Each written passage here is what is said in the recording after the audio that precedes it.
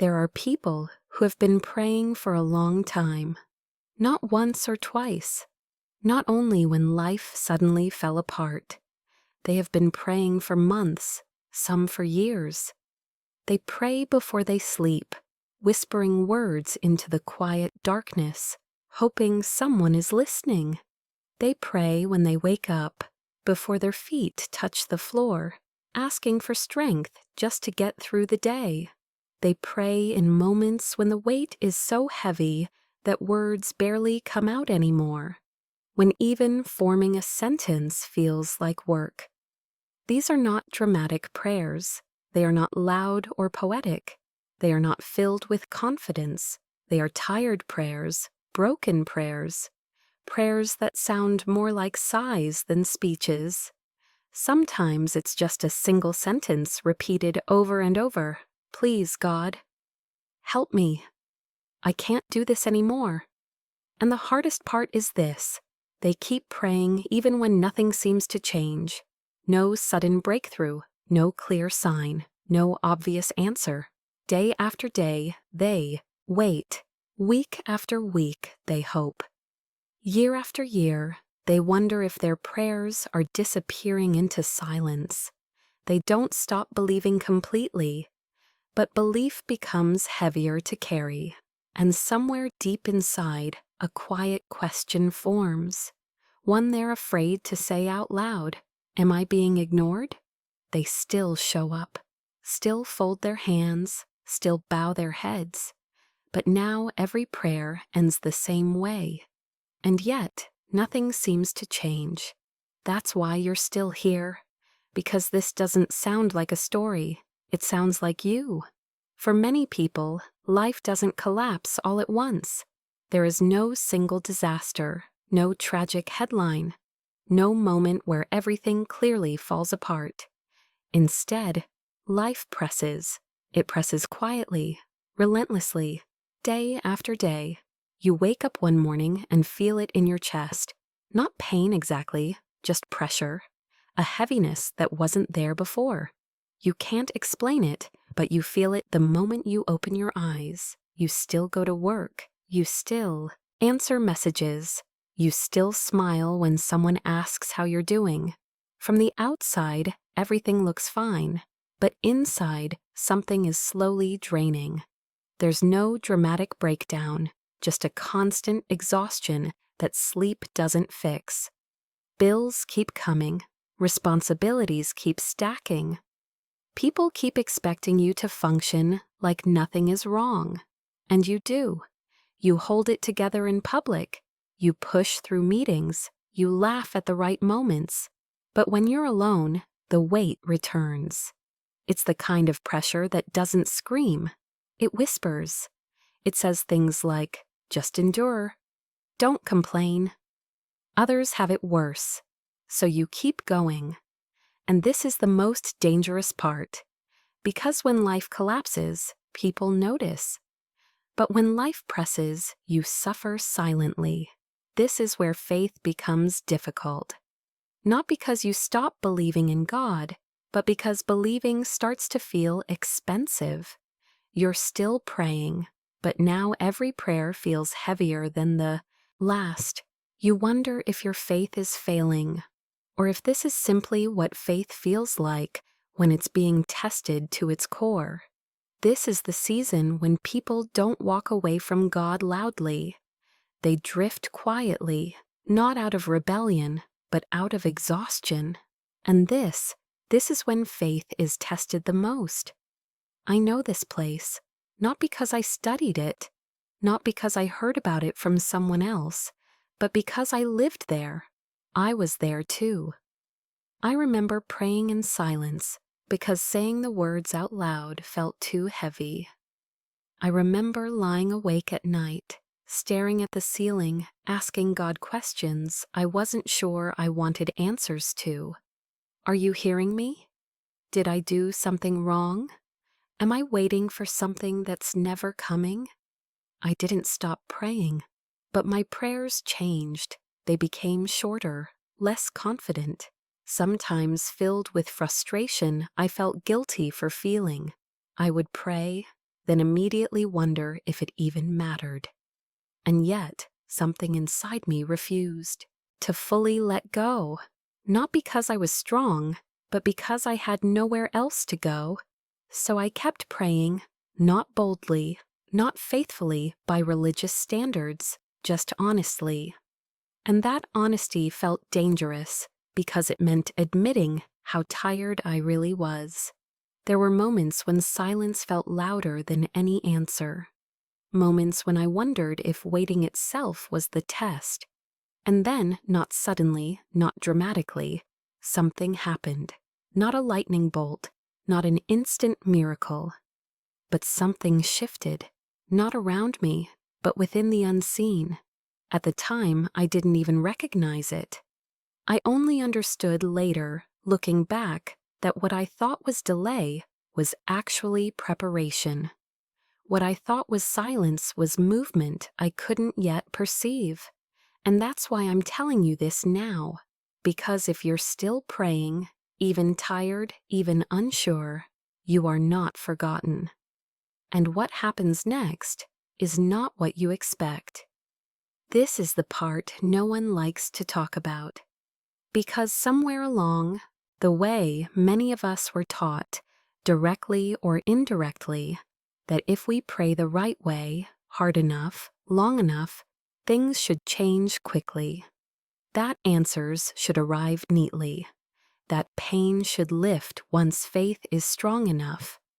But real prayer rarely works like that. Prayer does not always change circumstances immediately. Sometimes it doesn't change them at all, at least not in ways we can see. And this is where disappointment quietly enters the room. You prayed, and the problem is still there. You believed, and the door is still closed. You trusted, and the silence remains. So the mind begins to negotiate. Maybe I didn't say it right. Maybe I don't have enough faith. Maybe God answers everyone else, just not me. But what if prayer was never meant to function like a transaction? What if it was never about saying the right words to force a visible result? Because here's the truth, most people only learn after enduring long seasons of waiting. Prayer is not a lever, it's a doorway. And when you step through it, the first thing that changes is rarely the situation around you. It's the alignment within you. Something subtle begins to shift. Your desperation softens into surrender. Your fear loosens its grip, just enough to breathe. You don't feel victorious, you don't feel powerful, but you feel held. And even though the outer world looks the same, the inner resistance weakens.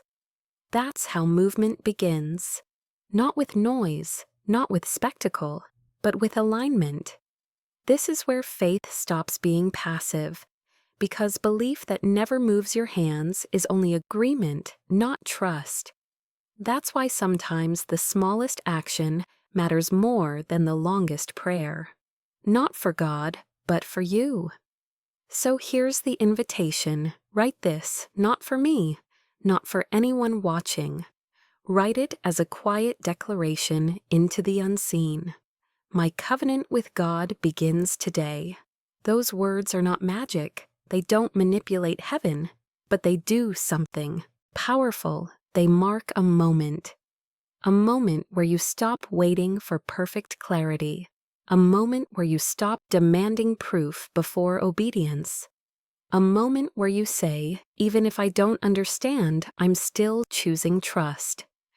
Writing it down is not performance, it's posture. It's you stepping forward without knowing the full path. And this is where something important happens. When faith moves, even slightly, it creates response. Not always visible, not always immediate, but real. Because heaven responds to alignment, not volume. You don't need to shout. You don't need to impress. You only need to show up honestly. And that simple act, that written sentence, becomes a marker in the spiritual realm. A moment where intention becomes direction. This is the part most people don't feel, but later realize was happening all along.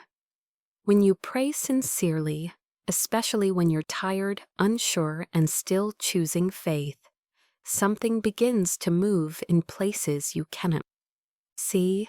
Not everything real is visible. Not everything important announces itself. Some shifts happen quietly, beneath the surface, long before the outcome appears. Think of roots growing underground before anything breaks the soil. Think of a locked door being loosened bolt by bolt before it finally opens. That's what happens in the unseen realm. God does not rush because he sees what you cannot. He works in layers, not shortcuts. While you're asking for relief, he's building endurance. While you're praying for answers, he's preparing alignment. While you're focused on timing, he's adjusting positioning. And this can feel frustrating until you realize how precise it is. Nothing is wasted, not the waiting, not the tears, not even the questions that felt dangerous to ask, especially not those. Because questions asked honestly don't push God away. They invite depth. And this is where the 5 minutes matter. 5 minutes of sincere prayer can shift trajectories that years of striving could not. Not because the time itself is powerful, but because faith, when aligned with heaven's timing, accelerates movement. You may not feel anything immediately, no rush of emotion, no instant clarity, but something has already begun. The unseen doesn't operate on your clock, it operates on precision. And when the alignment is complete, when the internal and external meet at the right moment, what follows will feel sudden, but it was never random. It was prepared. Here's what most people underestimate. 5 minutes. To the human mind, 5 minutes feels insignificant, too short to matter, too small to carry weight. But God has never measured power in minutes. He does not need long explanations. He does not require rehearsed words. He is not waiting for you to become strong before he listens. What he looks for is openness, because when a heart opens, even briefly, heaven responds fully. 5 minutes of real surrender can do what years of resistance could not. Not because God suddenly becomes more powerful, but because you stop blocking what he was already willing to give. This is why timing matters more than effort. You can pray for hours while holding tightly to control, and nothing moves, or you can pray for 5 minutes and finally let go. That moment, when faith stops trying to manage outcomes and starts trusting alignment, is where things shift, not always visibly, not always immediately, but decisively. God does not rush, yet he is never late. What feels delayed to you is often perfectly timed from his perspective. And when alignment meets readiness, movement accelerates. That's why some breakthroughs feel sudden. They weren't. They were prepared quietly, patiently, precisely. And this is where you are now, at the edge of a moment that doesn't look dramatic, but carries weight beyond what you can see. So right now, before anything else, pause. Not your thoughts, not your emotions, just the tension. You don't need to understand everything. You don't need to feel strong. You don't even need to feel hopeful. You only need to be honest. If you're tired, bring that. If you're confused, bring that. If all you have left is silence, bring that too. God is not offended by your weakness. He meets you in it. So open your heart, not to force change, but to allow movement. Release the need to control how this ends. Release the fear that nothing is happening. Because something already is. Right now is not about answers. It's about positioning, about standing still long enough for alignment to complete. And as you stay here, not rushing away, not filling the silence, trust this. What has been moving in the unseen will, in time, surface in the seen. And when it does, you will understand why the waiting mattered. If this moment found you when you needed it, you're not here by accident. These prayers and reflections will continue. For the tired, the waiting, the quietly faithful. So if you want to stay in this space, you're welcome to subscribe and walk this journey together. No pressure, just presence.